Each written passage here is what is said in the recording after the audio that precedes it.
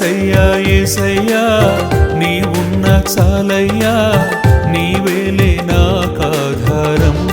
నా యేసయ్యా నీవేలే నాకాశ్రయం. యేసయ్యా యేసయ్యా నీవున్న చాలయ్యా, నీవేలే నాకాధారం. నా యేసయ్యా నీవేలే నాకాశ్రయం. నీవున్న బ్రతుకే నాకెంతో మేలు, నీవున్న చాలు నా జీవితాన. నీవున్న బ్రతుకే నాకెంతో మేలు. ఏం ధరించుకోవాలి ఇంకా ఆత్మీయ జీవితంలో క్రైస్తవులు అనే మాటలు మనం నేర్చుకుందాం. ఇప్పటి వరకు వాక్యాలను వీక్షిస్తూ అనేకుల చేత సబ్స్క్రైబ్ చేపిస్తూ ఫార్వర్డ్ చేస్తూ అనేకులు వాక్యాన్ని చూడడానికి కారకులైన నా ప్రియ అక్క చెల్లెలకు, అన్నదమ్ములకు, నా ప్రియ తల్లులకు, దేవుని పిల్లలైన మీ అందరికీ నా హృదయపూర్వక వందనాలు. God bless you all. మరలా చెప్తున్నా నువ్వు విన్న వాక్యాన్ని 10 మందికి షేర్ చేయి. నువ్వు పంపించిన వాక్యము ఆ కుటుంబానికి ఆదరణగా ఉండింది. నువ్వు పంపించే ఆ వాక్యము ఆ కుటుంబానికి, ఆ వ్యక్తికి ఓదార్పుగా ఉండొచ్చేమో. గమనించు, నీకు ఒకవేళ ఇలాంటి చాలా విన్నాం అని అనుకోవచ్చేమో, కానీ నువ్వు పంపించే ఈ వాక్యం ఎంతమంది వ్యక్తి జీవితాలను మారుస్తుందో ప్రియులారా. కనుక వాటిల్లో కొన్ని, ఎందుకంటే కంక్లూజన్కి వద్దాం. తేజో సంబంధమైన యుద్ధోపకరణాలు ధరించుకోవాలనేది పార్ట్ 2 అని మాట్లాడుకున్నాం. ఇప్పుడు ఆఖరికి వచ్చేసరికి ఆత్మీయ ఖడ్గాన్ని ధరించుకోవాలి. ఏం ధరించుకోవాలట? సర్వాంగ కవచాన్ని ధరించుకోవాలి, తెల్లని వస్త్రాలు ధరించుకోవాలి. ఈ 3 అండి. పాతములు అంటే పాత ఎపిసోడ్లో గడిచిపోయిన కాలంలో ఏం చెప్పామంటే క్రీస్తును ధరించాలా, క్రీస్తు యేసు ముద్రలు ధరించాలా, అంతేకాదు అంధకార సంబంధమైనటువంటి క్రియలను విసర్జించి తేజో సంబంధమైన యుద్ధోపకరణాలు ధరించాలా. ఆ యుద్ధోపకరణాలు ఎలా ఉంటాయో చెప్పాను, అయిపోయింది. ఈరోజు సర్వాంగ కవచము ధరించుడి. అసలేంటి సర్వాంగ కవచం అనేది? బైబిల్ గ్రంథములో ఎఫెసీల సంఘానికి అపోస్తలుడైన పౌలయ్య చెప్తాడు. ఆఖరి అంటే 6వ అధ్యాయంలో 11 నుంచి 13 వరకు చదవండి. ఒకసారి చూద్దాం అక్కడ ఏమి రాయబడి ఉందో ఒకసారి వివరంగా మనం చదువుకుంటే గానీ మనం ఎలాంటివి ధరించుకోవాలి, సరే ఆ ధరించే వాటి వల్ల ఉపయోగాలు ఏంటి అది కూడా తెలుసుకోవాలి. ఏదో పదం చదువుకున్నాము ఈ రోజుకి ఇది సరిపోయింది అనుకుంటే కాదు. ఎఫెసీ సంఘానికి పౌలయ్య చెప్పిన మాట మనం స్పష్టంగా చదువుకోవాలి. చూడండి 6వ అధ్యాయం 11వ వచనం ఏమి రాయబడింది అక్కడ? మీరు అపవాది తంత్రాలను ఏమండి ఎదిరించడానికట? అపవాది తంత్రాలను రాయబడింది. పుట్రోస్లో కూడా కింద రాయబడింది, చూడండి ఒకసారి. అపవాది అంటే సాతాను, దెయ్యం. అంటే అపవాది సంబంధమైనటువంటి వాడి తంత్రాలు, వాడి ప్లానింగ్స్, వాడి ఆలోచన, వాడి క్రియలు, వాడి యొక్క తలంపులు, వాడు ఏం చేద్దాం మన మీద ఒక ప్లానింగ్ కలిగి ఉంటాడు. శత్రువు ఎప్పుడు కూడా వాడికి శత్రువైన వ్యక్తిని సంహరించడానికి, అన్ని విషయాల్లో కొలాప్స్ చేయడానికి, అన్ని విషయాల్లో పడగొట్టడానికి ఎన్నో రకాల ఎత్తుగడలు వేస్తారు. ఎన్నో రకాల ఎత్తుగడలు నేను చూస్తూ ఉంటా. బయట ప్రపంచంలో క్రైస్తవులు హింసించాలని, క్రైస్తవుల మీద దాడులు చేయాలని, క్రైస్తవుడు అనేవాడు ఎట్టి పరిస్థితుల్లో వృద్ధి చెందకూడదు అనుకుంటారు. ప్రపంచవ్యాప్తంగా చెప్తున్నా, ప్రపంచంలో ప్రతి దాన్ని కూడా క్రైస్తవుడే చేసింది. కూడా మత్తు ఇంజెక్షన్ తయారు చేసింది క్రైస్తవుడే. అసలు ఆపరేషన్ ప్రారంభమైంది దేవుని దగ్గరే, మన దేవుని దగ్గరే. దేవుని స్తోత్రం, హల్లెలూయా. అవయవాల మార్పిడి, రక్తం మార్పిడి, ఒక ఐటమ్, ఈరోజు మార్కెట్లో ఒక సెల్ ఫోన్ తయారీ, ఒక ఫ్యాన్, ఒక కరెంటు, ఒక బల్బు తయారు చేసిన ప్రతి ఒక్క వ్యక్తి కూడా క్రైస్తవుడే. దాన్ని బట్టి మనం గర్వపడాలి. దేవుని స్తోత్రం, హల్లెలూయా. క్రైస్తవులను రకరకాల హింసలు పెట్టే వాళ్ళని, క్రైస్తవుల్ని అడ్డుకునే వాళ్ళని, వాక్యానికి విరుద్ధంగా నడిచే వ్యక్తులందరూ కూడా ఒకటే చెప్తా నేను, చేతనైతే క్రైస్తవుడు తయారు చేసిన దాన్ని ఏ వస్తువును వాడొద్దంటే వాడికి ఒంటి మీద ఏమి కూడా ఇన్కేస్ బట్టలు కూడా క్రైస్తవుడే. ఫ్యాషన్ ప్రపంచాన్ని సృష్టించింది కూడా క్రైస్తవుడే. ప్రతిదీ దేవుడు వెలుగు కలుగాకనే వెలుగు కలిగిందే. ఆ వెలుగు అంటే ఆ లైట్, ఆ బల్బు ఎలగడానికి కారకుడు క్రైస్తవుడే. ఎంతో మంది మహాభక్తులు వారి యొక్క పుణ్యఫలమే ఈరోజు కారుల్లో తిరిగినా, సైకిల్ మీద తిరిగినా, రిక్షాల్లో తిరిగినా, ఈరోజు ఈ సౌండ్ బాక్స్ ఇన్ కేస్ ఈ మాట్లాడుతున్న మౌత్ కూడా కనిపెట్టింది క్రైస్తవుడే. దేవునికి స్తోత్రం, హల్లెలూయా. ప్రపంచవ్యాప్తంగా క్రైస్తవుడికి ఎంత నాలెడ్జ్. ఈరోజు ఇశ్రాయేలు దేశం క్రైస్తవులండి. దేవుని ప్రజలకు ఇచ్చిన మహాజ్ఞానం ప్రపంచాన్ని కూడా, ప్రపంచంలో ఉన్న ప్రతి దేశంలో అన్ని దేశాల కంటే ఒక ఉన్నతమైన దేశంగా తీర్చిదిద్దించగలిగినది దేవుని యొక్క కుమారులు వెలుబడి చేర్చిన ఇశ్రాయేలీల దేశమే. నీ కుటుంబం అంత గొప్పగా ఉండాలా? నీ జీవితం అంత బాగుండాలా? నువ్వేం చేయాలా? గత వారం నేర్చుకున్నావు. విసర్జించవలసినవి ఏ అంధకార సంబంధమైనటువంటి పాపముతో కూడుకున్నవి, అపవాది తంత్రాలతో కూడుకున్న ప్రతి దాన్ని విసర్జించాలి. దాని గురించి పౌలు సంఘానికి చెప్తాడు. మీరు అపవాది తంత్రాలు చూడండి, ఇక్కడ ఏరైనగా దేవుడు చూడు, మీరు అపవాది తంత్రములను ఎదిరించుటకు శక్తిమంతులగునట్లు దేవుడిచ్చే సర్వాంగ కవచము ధరించుకున్నాడు. ఏం ధరించాలి క్రైస్తవుడు? సర్వాంగ కవచం. మహాభక్తులు ఎందరో చెప్తారు సర్వాంగ కవచం అంటే టాప్ టు బోటం, తల నుంచి అరికాలు వరకు కూడా మనకు కవచాన్ని ధరించుకోవాలి. ఎవరిస్తున్నారా కవచం అంటే? దేవుడే ఇస్తున్నాడు. దేవునికి స్తోత్రం, హల్లెలూయా. దేవుడే ఇచ్చే ఆ సర్వాంగ కవచాన్ని ధరించుకున్న క్రైస్తవుడు ఎందుకు ధరించుకోవాలి అంటే అపవాది తంత్రాలను ఎదిరించటానికి. ఎందుకు ధరించాలంటే అపవాది కుయుక్తులను తిప్పి కొట్టడానికి. ఎందుకు ధరించాలంటే అపవాది కుట్రలను భగ్నం చేయటానికి.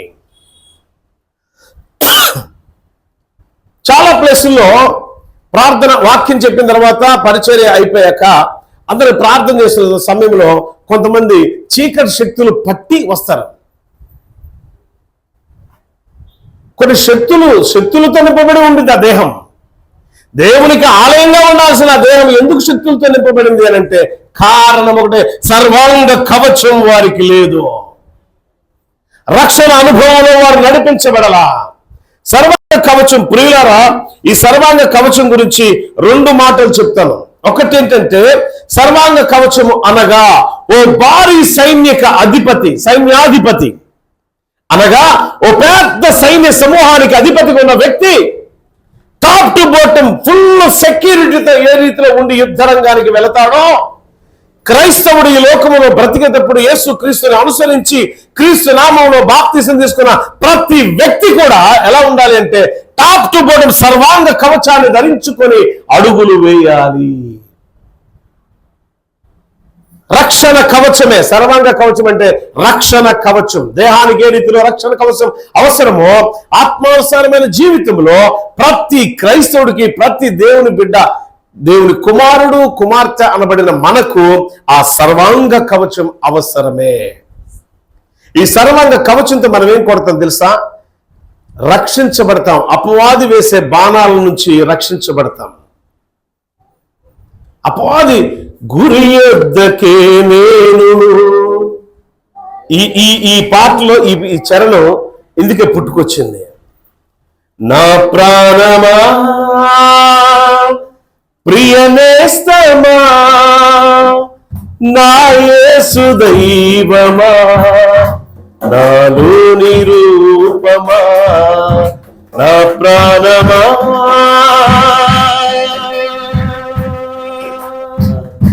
గురి యొద్దకే నేను పరుగెత్తుచుండగా గురి పెట్టి సాతాను నన్ను శోధించెను. అంటే గురి యొద్దకు నా గురి క్రీస్తే అన్నాడు పౌలయ్య.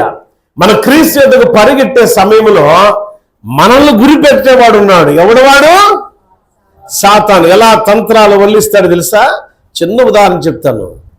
ఇప్పుడు ఇక్కడ కూర్చున్న పురుషుల్ని, అయ్యా మీకు ఒక 100 మీటర్స్ పోటీ పెడుతున్నాను అంటాడు ఒక ఆయన మాస్టర్ వచ్చి. ఎవరైతే గెలుపుతారో బంగారపు ఉంగరం గిఫ్ట్గా ఇస్తాను అంటాడు. ఈ స్తంభం నుంచి ఆ లాస్ట్ స్తంభానికి ఎవరైతే ముందెళ్తారో వాళ్ళకి ప్రప్రదమైన బహుమతి ఇదిగో 1 కేజీ బంగారం, రెండవ బహుమతి 1/2 కేజీ బంగారం, మూడవ బహుమతి 1/4 కేజీ బంగారం అన్నాం అనుకో. ఈ మొదట పరిగెత్తేవాడు వెనక వైపు చూస్తాడండి? ఆల్వేస్ట్లే. మీరు చెప్పండి, మీకే పెడితే ఈ పోటీ. అమ్మా ముక్కు పుడుకుంది, దీంట్లో ఏంది చెవులకి అవి ఉన్నాయి, ఏడదాకుంటాయి, ఇవి కూడా నడుంకి ఉంది, మెల్ల అమ్మడు తల్లిలాగా కావలసినంత నగలు ఉన్నాయి, ఈ ఎవరైతే వాళ్ళకి అంటే పక్కన నెట్టి పడేసేసరి తొక్కుకుండా పరిగెడతాం మనం. అవునా కదా? అట్టుండేటప్పుడు వాడి తంత్రాలు తొక్కలేవు నువ్వు. మనం అంటే బుద్ధిమంతులు, మనం వాటి కోసం పరిగెడతాం. ఏ కాడకి ఫ్యామిలీ భార్య పిల్లలని పరిగెడతాం మనం. అవునా కదా? రాకోటి ఏమన్నా అంతేనా? జయబాబు ఏమంటే ఏమనిద్దు అనుకో, మాకు ఆ పిల్ల ఏమంటలే నీ ఎంక చూడట్లా. దేవుని స్తోత్రం, హల్లెలూయా. అయితే ఇక్కడ నుంచి అక్కడ పరిగెత్తి పోటీ పెడితే గెలవడం కోసం మనం ఎలా పరిగెడతాం? ఆత్మీయ జీవితంలో రక్షణ అనే ఆ సర్వాంగ కవచాన్ని ధరించుకొని మన యుద్ధ రంగంలో గెలుపు కోసం పరిగెత్తాలా. ఈ సర్వాంగ కవచం ఏం చేసిందంటే గురిపెట్టి బాణాలు సాతానుగాడు వదులుతున్న రకరకాల బాణాలు. ఎలా?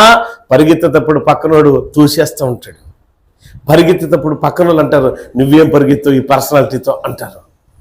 అంటే ఏదో ఒక విధంగా శారీరకంగా మానసికంగా మనల్ని క్షోభకు గురి చేసి మనం పరిగెత్తి వెళ్ళేటట్టు లేకుండా చేస్తారు. మన పరుగు పందెం ఆగాలి, మన టార్గెట్ అది. ఆత్మీయ జీవితంలో యేసయ్యను చేరటానికి మనం పరిగెడుతుంటే వాడు మానసికంగా శారీరకంగా అంటే ఆరోగ్యపరంగా కావచ్చు, మెంటల్గా రకరకాలుగా శోధన కలుగు చేసి మనం ఏ రీతిలో సరే రీచ్ కాకూడదు అక్కడికి. మా టార్గెట్ అది.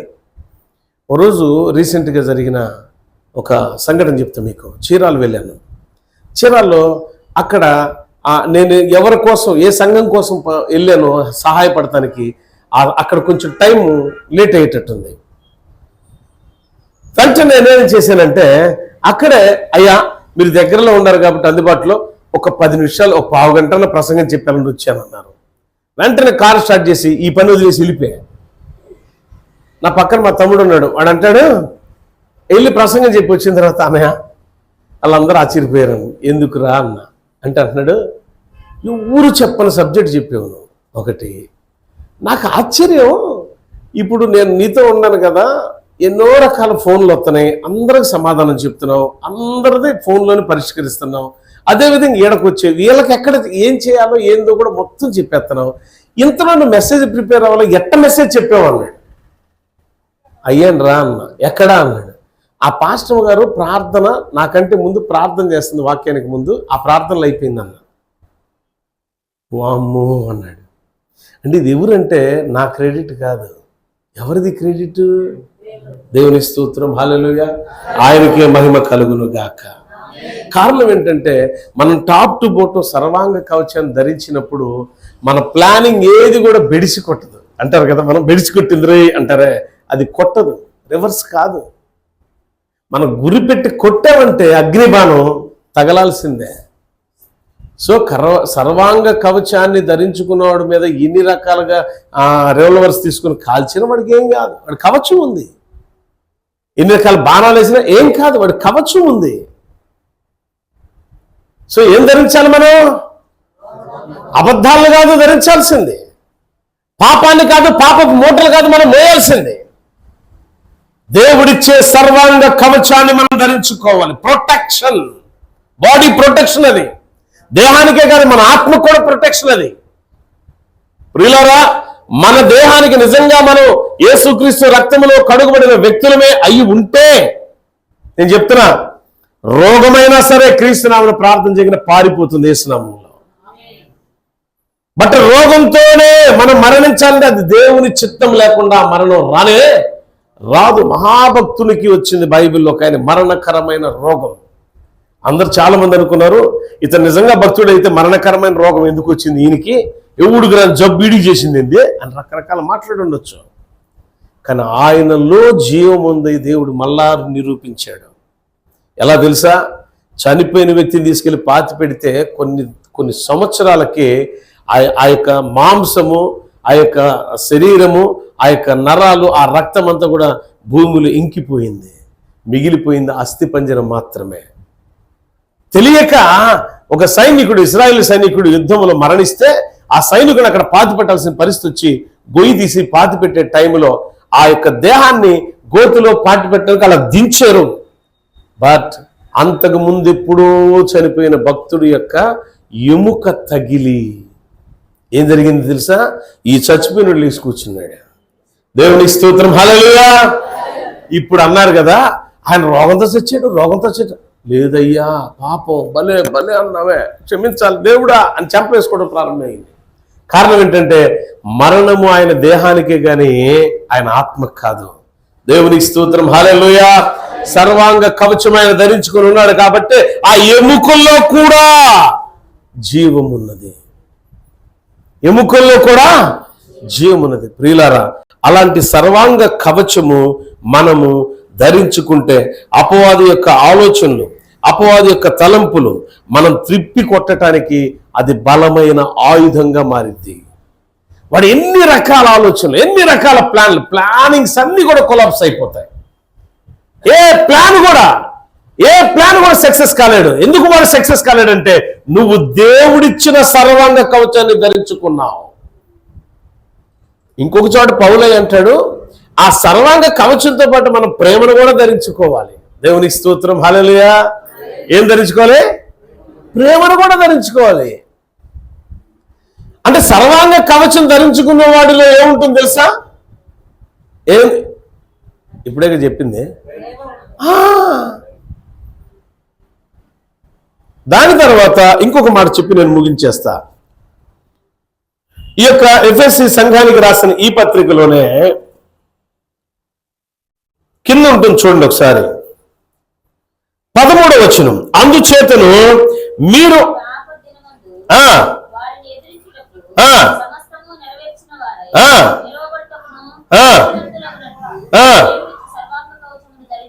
దేవునికి స్తోత్రం, హల్లెలూయా. తర్వాత చదవం, ఇంకా ఉంది.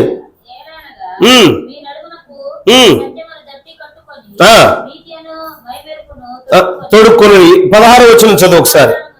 ఇవన్నీ విశ్వాసమును డాలును పట్టుకుని దానితో మీరు దుష్టుని అగ్ని బాణములన్నిటినీ ఆర్పుడు శక్తిమంతులగుదురు. మరియు రక్షణ శిరస్త్రాణమును దేవుని వాక్యమును ఆత్మ ఖడ్గమును ధరించుకోవాలి. ఏమండి? ఏం ధరించుకోవాలి? ఇంకోటి ఆత్మ ఖడ్గం. దేవునికి స్తోత్రం. సర్వాంగ కవచంతో పాటు ఆత్మ ఖడ్గాన్ని ధరించుకోవాలి. ఈ ఆత్మ ఖడ్గం ఏం చేసిందో తెలుసా ప్రియులారా? ఈ ఆత్మ ఖడ్గము, ఈ ఆత్మ అనబడిన ఆ వాక్యం అనే ఖడ్గము 2 అంచులు కలిగినది. ఒకటి పాపాన్ని పరిహరిస్తుంది. రాసుకోవాలి, ఇది ఆత్మ అనే ఖడ్గము 2 అంచులు కలిగి ఉంటుంది. వాక్యం అనే ఖడ్గం 2 అంచులు కలిగింది అంటారు కదా, అది చెప్తుంది ఇప్పుడు మీకు. వాక్యం 2 అంచులు కలిగిన ఖడ్గము చెప్తుంది. ఆ 2 అంచులు కలిగిన ఖడ్గములు ఏంటంటే, ఒకటి పాప పరిహారమును చెల్లిస్తుంది, పాపం చేయకుండా అడ్డుపడుతుంది. సర్వాంగ కవచం ధరించుకున్నవాడు ఏ పాపము చేయకుండా ఈ యొక్క వాక్యం అనే ఖడ్గం ఉన్నాడు, ఆత్మ ఖడ్గంతో ఉన్నాడు కదా, ఈ ఖడ్గం వాడు పాపం చేయకుండా రక్షిస్తుంది. దేవునికి స్తోత్రం, హల్లెలూయా. అంటే దేవుని యొక్క చట్టం, ఆత్మానుసారమైన చట్టము పాపానికి అడ్డుగోడలు వేస్తుంది చేయకుండా. వాక్యం అనే ఆత్మ ఖడ్గాన్ని చేపట్టుకున్నవాడు, సర్వాంగ కవచాన్ని ధరించుకొని ఖడ్గాన్ని చేపట్టుకున్నవాడు ఎలా ఉంటాడు అంటే పాపం వైపు చూడడు, పాపపు క్రియల జోలికి వెళ్ళడు. చాలా మంది ఏం చేస్తామంటే, మనం దేవుని మందిరానికి వస్తాం, తెల్లని బట్టలు వేసుకొని వస్తాం, బాగానే ఉంది. తెల్లని బట్టలు వేసుకొని వచ్చి సర్వాంగ కవచం ధరించుకున్నామని అనుకొని, దేనిలో మనంతగా మనం అనుకొని ఆత్మ ఖడ్గాలు చేపట్టుకున్నాం, రానే దుష్టుడు చూస్తాను అన్నట్టు అనుకొని తెల్లని బట్టలు ధరించుకున్నాం, రక్షణ శిరస్త్రాలను ధరించుకున్నాం, సర్వాంగ కవచాన్ని ధరించుకున్నావు, ఆత్మ ఖడ్గాన్ని ధరించుకున్నావు, ఇంకొంచెం ముందుకెళ్తే ప్రేమను కూడా ధరించుకున్నావు. నువ్వు ధరించుకుని నువ్వేం చేస్తున్నావు తెలుసా? ధరించుకుని ఏం చేస్తున్నావు తెలుసా? వీటన్నిటికీ విరుద్ధంగా నడుస్తూ ఉన్నావు. దేవుడు ఊరుకుంటాడా? మన జీవితాలు ఎందుకు ఫలభరితంగా లేవంటే కారణం మీద బిడ్డలారా, ఒక్కసారి యేసు నామములో రక్షించబడే నీవు ఏ పాపాన్ని అంగీకరించి బాప్తిసం తీసుకున్నావో మరలా దానికి రెట్టింపు చేయడానికి ప్రారంభమైంది నీ బ్రతుకు. నేను మళ్ళా చెప్తున్నా మీకు, ఎక్స్పీరియన్స్ విశ్వాస జీవితం ఎక్స్పైర్ అయిపోయింది. ఇప్పుడు డేట్ ముగింపులకు వచ్చేసాము. అంటే మనం ట్యాబ్లెట్ తయారు చేయబడినప్పుడు దాని యొక్క కాల పరిమితి 3 సంవత్సరాలు 6 సంవత్సరాలు ఇచ్చాడు అనుకోండి. 3 సంవత్సరాలు దాటి ట్యాబ్లెట్ డేట్ ఎక్స్పైర్ ఉంటే ఏది మనం తినమో ట్యాబ్లెట్లు కూడా మనం, మందులు కూడా మనం వాడం. అది ఎక్స్పైర్ అయిపోయింది. దేంట్లో తెలుసా? మనం ఇప్పుడు ఏ విశ్వాసంతో యేసుక్రీస్తు నమ్మి బాప్తిసం తీసుకొని విశ్వాస జీవితంలో యోధులుగా ఉండాలని మనం నిర్ణయించుకొని అడుగులు పెడుతున్నామో ఆ అడుగులన్నీ కూడా బ్యాక్ అయిపోతున్నాయి. నీ అడుగులు వెనక్కలా వెళ్ళిపోతూ ఉంటే దేవుడు ఎంత బాధపడుతున్నాడు తెలుసా? నీ అడుగులు వెనక్కి వెళ్ళవలసినవి కాదు, నీ అడుగులు ముందుకు రావలసినవి. నీ అడుగులు ఎప్పుడైతే ముందుకు వస్తూ ఉంటే క్రీస్తు వైపు చూసి అపవాది నిన్ను చూసి పారిపోతాడు. దుష్టుడు ఎవడు తరమకుండా, బికాజ్ ఆఫ్ యువర్ ఫెయిత్, నీ యొక్క విశ్వాసమే. విశ్వాస జీవితంలో యోధులుగా ఉంటే చాలా అద్భుతమైన రుచి చూడొచ్చు. చాలా మంది ఏంటో విశ్వాసాన్ని కోల్పోతూ ఉన్నారు. చాలా మందిని అబ్జర్వేషన్ చేస్తున్నా. కారణం ఏంటంటే మన ధ్యానం, మన ధ్యాస దేవుడై ఉండగా మనం లోకానుసారమైన ధ్యాసల్లో, ధ్యానములో ఉంటున్నాం. ప్రియులారా, నేనేమంటలే ఎవరిని కూడా, దయచేసి ఎవరి విశ్వాసం ఈ ప్రారంభ దినాలు నాకు ఎలా ఉన్నాయి, ఇప్పుడు వరకు నా విశ్వాసం ఎలా ఉంది, అన్ని దొంగ బుద్ధులే మనకి, అన్ని స్వార్థపూరితమైన ఆలోచనలు ఎక్కడి నుంచి వచ్చినాయి? ఎందుకు దొంగ బుద్ధి మనలో ప్రవేశించింది? స్వార్థపూరితమైన ఆలోచనలు మనలోకి ఎందుకు వచ్చాయి? ద్వేషము, అసూయ, పగలు, ప్రతీకారాలతో రగిలిపోతున్నాం. ఎందుకు కారణం? ఆత్మ సంబంధమైన తేజోపకరమైన యుద్ధోపకరణాలు మన దగ్గర లేక, ఆత్మ సంబంధమైన యుద్ధోపకరణాలు మనలో లేవు, రక్షణ కవచం మనలో లేదు, ప్రేమను మనం ధరించుకోలా, ప్రేమించవలసిన మనం విద్వేషంతో రగిలిపోతున్నాం. నేను ఒక్కసారి మీ అందరూ చెప్తున్నా, జ్ఞాపకం చేసుకోండి. ప్రేమను ప్రేమగా ప్రేమించేవాడిని ఆ ప్రేమ ఎప్పుడు ఎల్లవేళ ప్రేమిస్తూనే ఉండింది. చెప్పండి అందరూ ఒకసారి. ప్రేమ ప్రేమ ప్రేమ ప్రేమ ప్రేమ ప్రేమ కాదు నేనంది. ప్రేమను ప్రేమగా ప్రేమించే వారిని ఆ ప్రేమ ఎల్లప్పుడూ లేక ఎప్పుడు ప్రేమిస్తూనే ఉండిద్ది. ఆ ప్రేమ ఏంటి తెలుసా? నా యేసయ్యే. దేవుని స్తోత్రం, హల్లెలూయా. అంటే యేసయ్య నువ్వు ప్రేమిస్తే యేసయ్య నేను ఎప్పుడు ప్రేమిస్తూనే ఉంటాడు. యేసయ్య నువ్వు ఎంత ప్రేమిస్తున్నావో ఆ ప్రేమామయుడైనటువంటి క్రీస్తునాథుడు నిన్ను అంతకంటే ప్రేమిస్తాడు. ఎప్పటి వరకు అంటే శాశ్వత కాలం. శాశ్వత కాలం, అన్లిమిటెడ్ పీరియడ్. దానికి ఇంత లిమిటేషన్ లేదు. మనం దేవుని ప్రేమించట్లా, దేవుని పనికి మనం పూనుకోట్లా. ఒక మాట చెప్తాం మీ అందరికీ, చిన్న బాధ ఇంట్లో ఒక వ్యక్తికి బాధ కలిగిందంటే అప్పు చేసైనా సరే ఏం చేస్తాం తెలుసా? అప్పు చేసైనా సరే ఎట్టయినా సరే హాస్పిటల్ ఫీజులు కడతాం. కానీ దేవుని పని కోసం మనం అలా త్యాగం చేయగలుగుతున్నామా? వాక్యాన్ని వీక్షిస్తున్న మీరైనా సరే దేవుని పని కోసం ఏ రోజైనా అలాంటి త్యాగం నువ్వు చేసావా? మళ్ళీ మనం ఏం చెప్తామంటే దేవుడంటే నాకు ఎంతో ప్రేమ. దొంగ, అబద్ధం.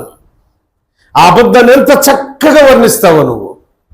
నిజమండి అయ్యగారండి, కొత్త అయ్యగారు ఎవరు వస్తే మన సంఘంలోకి, మాకు దేవుడు అంటే ఎంతో ప్రేమ, అంటే పాస్టర్ గారు అంటే ఎంతో ప్రేమ అండి. ఏంటి ఎంతో ప్రేమ? ఆ ప్రేమ ఎలా చూపించాలి? భార్య పట్ల భర్తకి ప్రేమ ఉంటే ఆ భర్త క్రియల్లో చూపిస్తాడు. భార్యకి నిజంగా భర్త మీద ప్రేమ ఉంటే క్రియల్లో చూపిస్తుంది. తల్లిదండ్రులకు బిడ్డల పట్ల ఎంత ప్రేమ ఉందో అది క్రియల రూపంలో తెలుస్తుంది. క్రియలేని విశ్వాస జీవితం మృతమే అని బైబిల్ చెప్తుంది. అంటే క్రియ లేకుండా, క్రియకు విశ్వాసానికి జత అయి ఉన్నదా ప్రేమ అంటే? లింకప్ అయి ఉంటుంది. విశ్వాసంతో కూడుకున్న క్రియే ప్రేమ. దేవుని పట్ల నీకు ఎంత ప్రేమ ఉందో చాలా సందర్భాల్లో మనకు తెలుస్తుంది. ఏ విషయాలు తెలిసింది మనకు చెప్పండి. ఉదాహరణకి, దేవుని పట్ల ప్రేమ ఉంటే దేవునికి చేయవలసిన పని మనం చేస్తామా మానేస్తామా?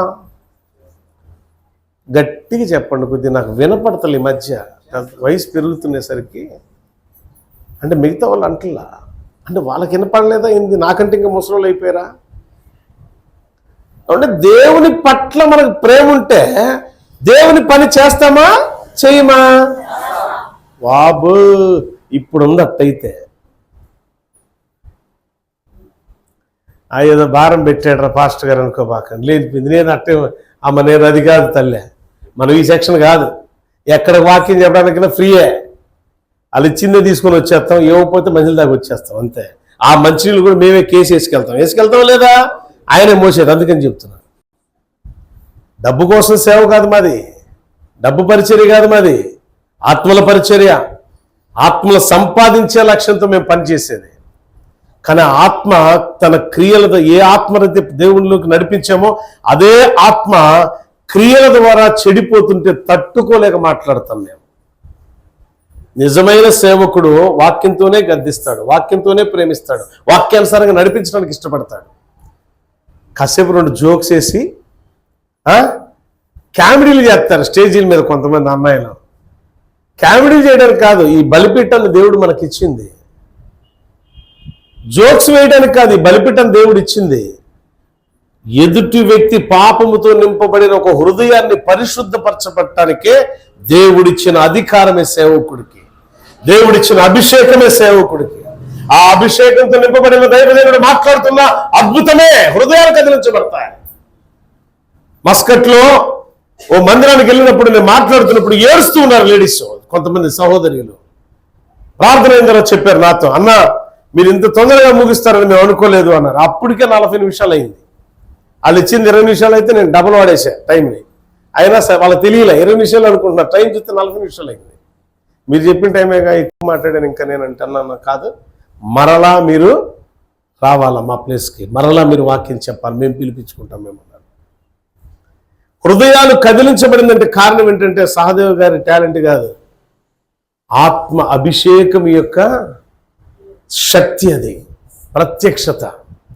ఆత్మ అభిషేకంతో నింపబడిన సేవకుడు దేన్ని ఆశించడు ఈ లోకంలో.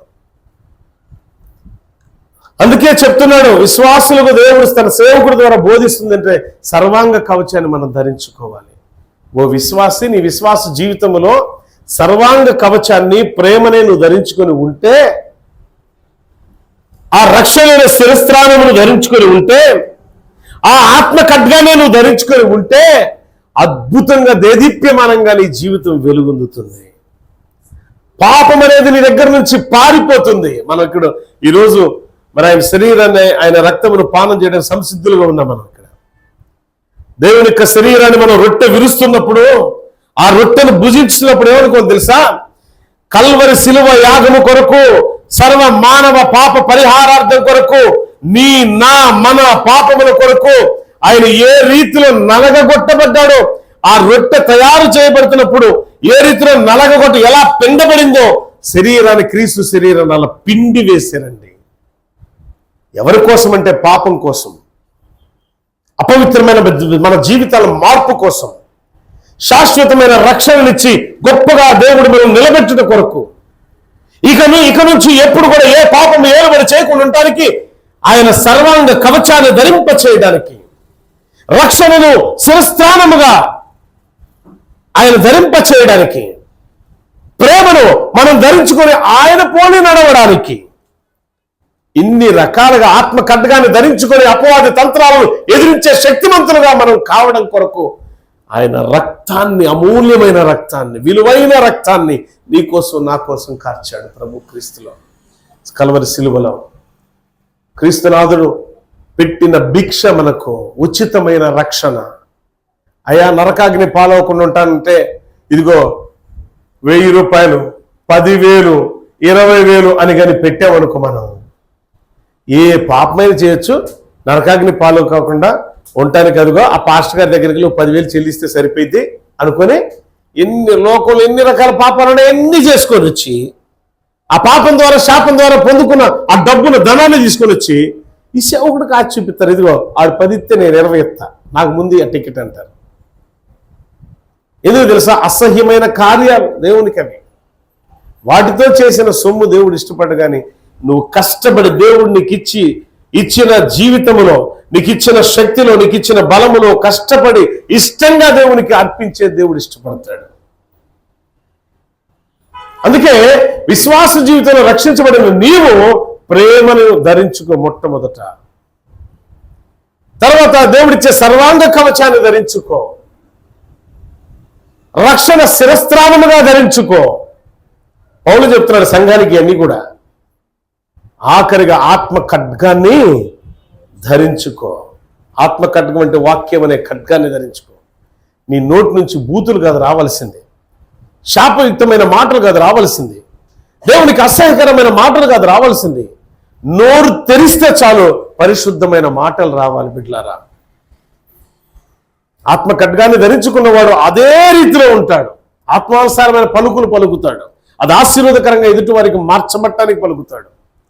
అలా మనం జీవించాలి.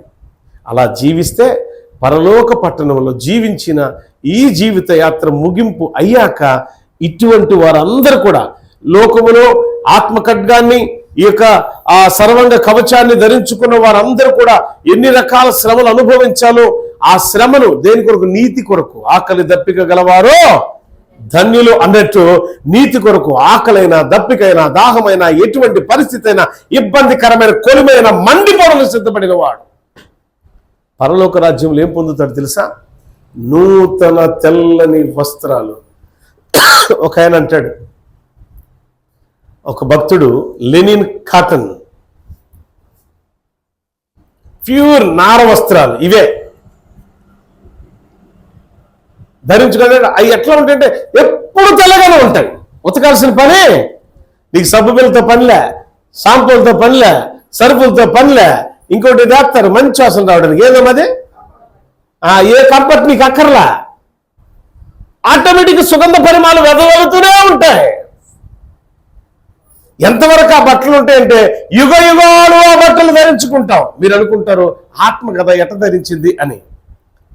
ఈరోజు ఈ రీతిలో మనం ఎలా ఉన్నామో ఈ దేహం అంతా కూడా మట్టిలో కలిసిపోయింది. కానీ ఆత్మదేహం అలా ఉండదు. మనలాగానే ఇలానే ఉంటాం. కానీ ఈ దేహము ఒకవేళ ఇలా కోస్తే ఏమొచ్చింది తెలుసా?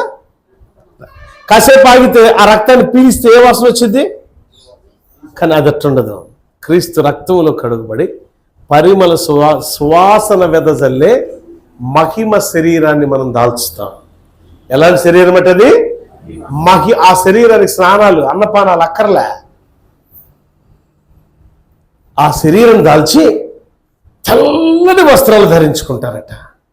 ఆ తెల్లని వస్త్రాలు ధరించుకోవాలంటే ఇక్కడ నువ్వేం చేయాలంటే ఫస్ట్ దేవుడిచ్చే రక్షణను బట్టి సర్వాంగ కవచాన్ని ధరించుకో, రక్షణ శిరస్త్రాణాన్ని ధరించుకో, ఆత్మ ఖడ్గాన్ని ధరించుకో. బాధైనా, ఇరుకైనా, ఇబ్బంది అయినా, ఎన్ని రకాల శ్రమలు వచ్చినా ఆ శ్రమలు కొలిమిలో కాలిపోవడానికి ఇష్టపడి ఉంటే తెల్లని వస్త్రాలు పరలోకంలో నీ కోసం సిద్ధపడి ఉంటాయి. ప్రకటన గ్రంథం 7వ అధ్యాయం 9వ వచనంలో రాయబడిన మాట. ఆ మాట చెప్పి నేను ముగిస్తాయి. కాసేపట్లో మనం క్రీస్తు శరీరాన్ని, ఆయన రక్తమును పానం చేయబోతున్నాం. మనం నేర్చుకోవలసిన మాటలు ఇవి. తెల్లని వస్త్రాలు ధరించుకున్నామని కాదక్క. ఈ తెల్లని వస్త్రాలు ఎవరు ధరించుకోగలుగుతారు? ఎవరు దానికి అర్హులు అని అంటే అంధకార సంబంధమైనటువంటి క్రియలను విసర్జించి తేజో సంబంధమైనటువంటి యుద్ధోపకరణాలు ధరించిన వారు దానికి అర్హులు. దేవుడిచ్చే సర్వాంగ కవచాన్ని ధరించుకున్న వాళ్ళు దానికి అర్హులు. క్రీస్తు ప్రేమను ధరించుకునే వాళ్ళు దానికి అర్హులు. ఎవరి తెల్లని వస్త్రాలు, పరలోకములో ఉన్న నార వస్త్రములు, తెల్లని వస్త్రాలు ధరించడానికి కారకులు అనంటే ఎవరు అర్హులు, ఎవరు యోగ్యులు అనంటే ఒకటే, ఆత్మనే ఖడ్గాన్ని ధరించుకున్నవారు. ఒకసారి చూడండి 9వ వచనం, 7-9. అటు తరువాత ఇదిగో ప్రతి జనములో నుండి, ప్రతి వంశములో నుండి, ప్రతి జనులలో నుండి ఆయా భాషలు మాట్లాడు వచ్చి ఎవ్వడు లెక్కింపజాలని గొప్ప సమూహము కనబడెను. ఎలా ఉన్నారట వాళ్ళు? తెల్లని వస్త్రములు ధరించుకున్నావు. ఏం ధరించుకున్నారు ఇక్కడ అమ్మా? ఏం ధరించుకున్నారు ఇక్కడ? ఎవరంటే ఇండియా వాళ్ళు ఉన్నారు అక్కడ, పాకిస్తాన్ వాళ్ళు ఉన్నారు అక్కడ, అమెరికాలో ఉన్నారు అక్కడ. ప్రతి జాతి మనం అంటారు ఇక్కడ ఈ లోకంలో కులం మతం రకరకాలు పెట్టుకున్నారు కదా. ప్రతి కులములో ఉన్నారు, నలుపులో ఉన్నారు, తెలుపులో ఉన్నారు, మిడిల్గా ఉన్నారు, చామన ఛాయాలు ఉన్నారు, పొట్టోళ్ళు ఉన్నారు, నల్లోళ్ళు ఉన్నారు, పొడుగోళ్ళు ఉన్నారు, బండలు ఉన్నారు, బక్కోళ్ళు ఉన్నారు. ఆ దేశముడు ఈ దేశముడు ఏ దేశము తారతమ్యం లేకుండా ప్రతి జాతిలో ప్రతి జనములో ప్రతి దేశములో నుంచి కూడా మనుషులు అక్కడ వేల కొలది నిలబడి ఉన్నారట. కానీ వారు నిలబడిన వారు ఎలా ఉన్నారు తెలుసా? తెల్లని వస్త్రాలు ధరించుకున్నారు. క్రైస్తవుడు ఆఖరిగా ధరించే వస్త్రము తెల్లని వస్త్రము. ఎక్కడంటే పరలోక పట్టణములో.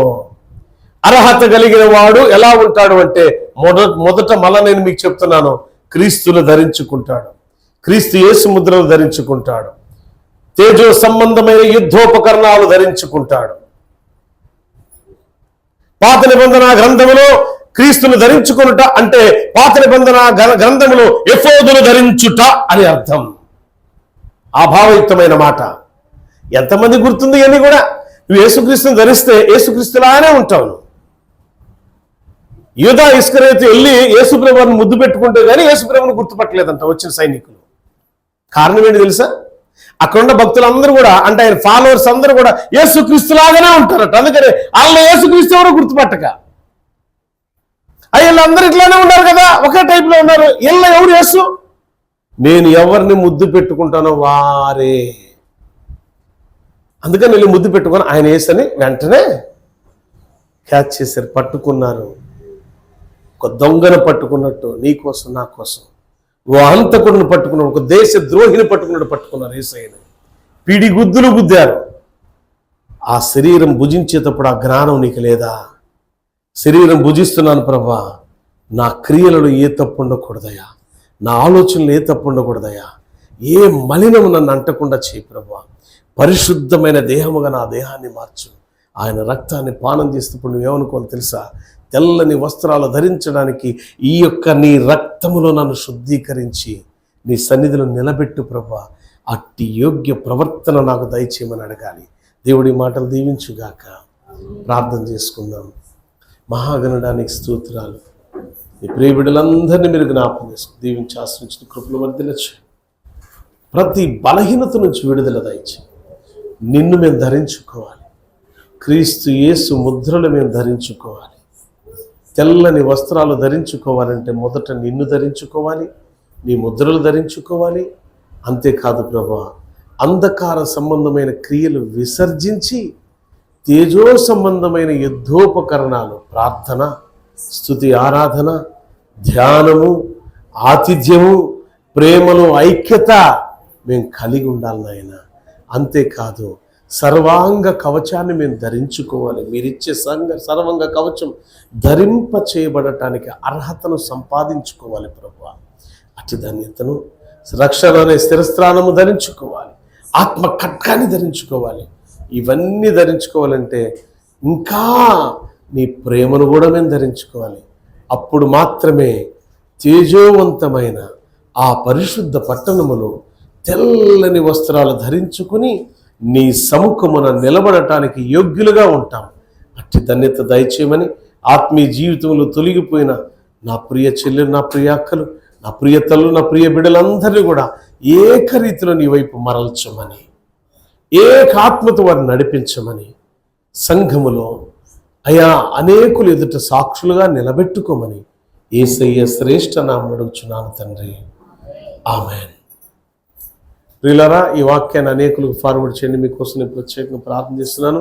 ఈ ఛానల్ ఇప్పటివరకు అభివృద్ధిలోనికి నడిపించినందుకు స్తోత్రాలు. దేవునికి ఎంతైనా మహిమ ఘనత గాక. మీకు కూడా ప్రత్యేకమైన వందనాలు తెలియపరుచున్నాను. God bless you all.